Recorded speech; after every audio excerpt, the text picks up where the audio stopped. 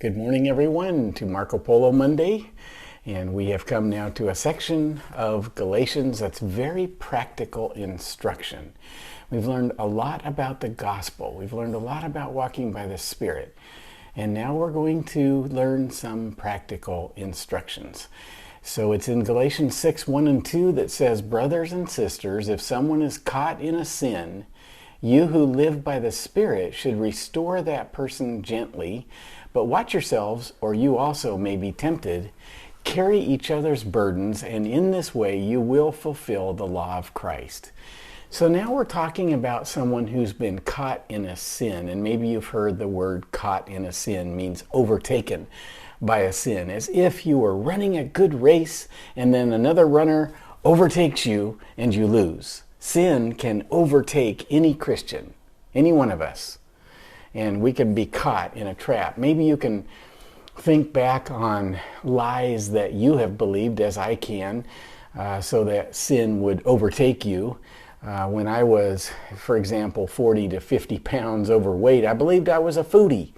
I believed that I had a food addiction. That is a lie, and that will keep you trapped and overtaken by sin. Or maybe we can think back on, some of us anyway, were in bondage to pornography and sexual impurity. And what lie were we believing there? The thrill, the rush, I'm addicted.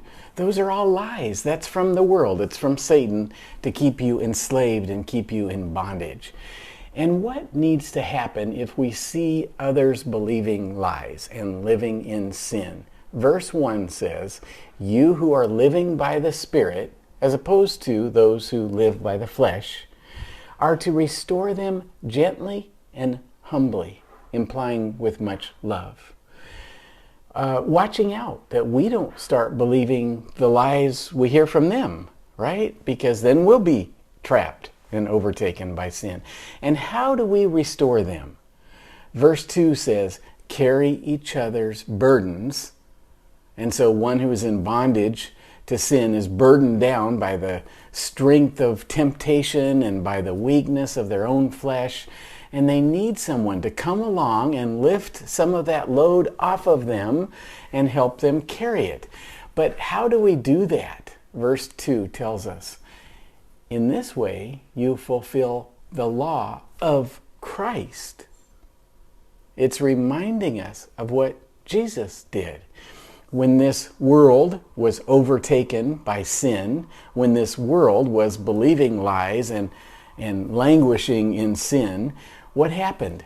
Jesus came and took that load right off of us. He was made to be sin for us, was condemned in our place, nailed our sins to the cross, and buried our guilt in the grave. So how do we carry each other's burdens?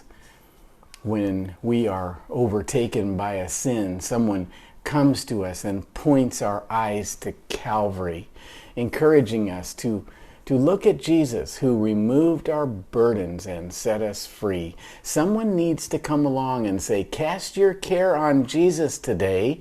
Leave your worry and fear. Burdens are lifted at Calvary. Jesus is very near."